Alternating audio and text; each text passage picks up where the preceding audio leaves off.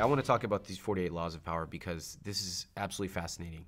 And it's pretty controversial.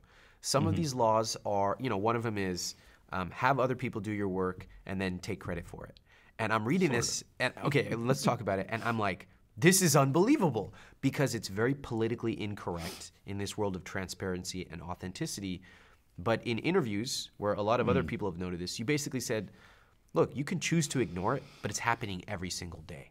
Yeah. Talk a little bit about the brutal reality of these laws. Well, I had worked in Hollywood prior to writing the book, and that sort of was the model for me because everybody appears on the outside to be so loving and wonderful and, oh, I loved your movie, blah, blah, blah. And they're all liberal and for the best causes. But behind closed doors, they are unbelievably Machiavellian, unbelievably manipulative. But I saw the same thing in journalism and all the different fields that I've been in.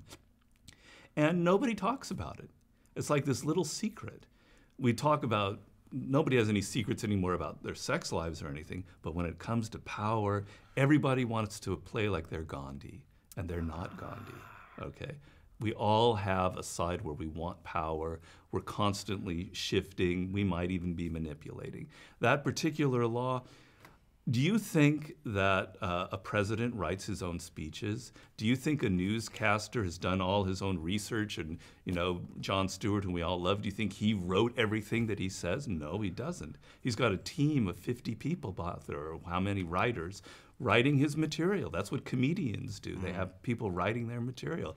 That's what newscasters do, presidents, etc. Everybody who's powerful and successful has other people doing the legwork for them, and then they put their name on it, and that's all that we talk about. And the same thing happened to me in Hollywood. I wrote whole portions of screenplays, but nobody ever saw my name because the guy who had all the weight and power put his name on it. That's the reality of life. You want to be a child and say, no, I don't like that. That's not fair. Well, okay, fine, it's not fair, but that's how the world is. So my book, I'm trying to say, let's all be adult. This is what really happens in the halls of power when the doors are closed. Let's look at these secrets and be aware of them. I love that you did it because coming from Silicon Valley, it's very similar. Everybody on the surface is super kumbaya, let's sing around a campfire, but at the highest levels, it is absolutely brutal. And you could go your whole career or your whole life thinking, oh, like, I'm just super nice and let's sing together, but not understanding why you can't make it to that next level. Right. It doesn't mean that you have to be brutalizing people. It doesn't mean you have to be ruining careers, right? No, not at all. Like I'm the naive type. I was like Benjamin Franklin. I was bad at these things. And what I talk about in that particular chapter, which is always get other people to do the work, but always take the credit, is it's going to happen to you.